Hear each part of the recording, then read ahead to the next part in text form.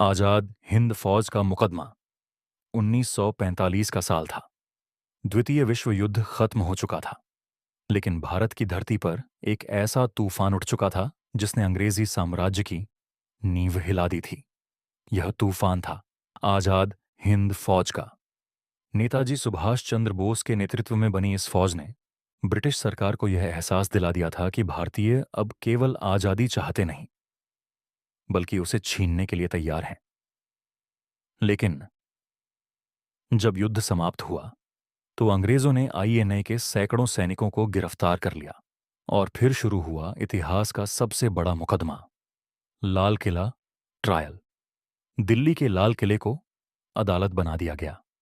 Major general Shahnawaz Khan, colonel Prem Kumar Sahgal और colonel Gurbaksh Singh Dhillon जैसे वीर सैनिकों को पिंजरे में कैद कर अंग्रेजों ने उन पर 3 बड़े आरोप लगाए। इन देशद्रोह, क्योंकि ये सैनिक ब्रिटिश भारतीय सेना का हिस्सा थे और उन्होंने अपनी वफादारी तोड़ दी। 2 दुश्मन देश से सहयोग, क्योंकि उन्होंने जापान के साथ मिलकर अंग्रेजों के खिलाफ मोर्चा लिया। 3 ब्रिटिश हुकूमत के खिलाफ युद्ध छेड़ना, क्योंकि उन्होंने भारतीय धरती पर ब्रिटिश सेना से युद्ध किया।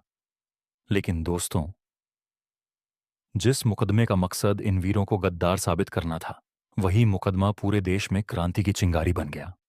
कांग्रेस से लेकर मुस्लिम लीग तक, हिंदू से लेकर मुसलमान तक, हर जगह सिर्फ एक ही नारा गूंज रहा था। लाल किले से आई आवाज, सहगल, ढिल्लों, शाहनवाज। जनता की यह आग इतनी तेज थी कि अंग्रेज सरकार को झुकना पड़ा। आखिरकार उन्हें इन सपूतों को छोड़ना पड़ा। और यही था वो मुकदमा जिसने यह साबित कर दिया कि भारतीय अब अंग्रेजों की कैद में और देर तक नहीं रह सकते। आजादी अब बस एक सपना नहीं, बल्कि एक तय हकीकत बन चुकी थी।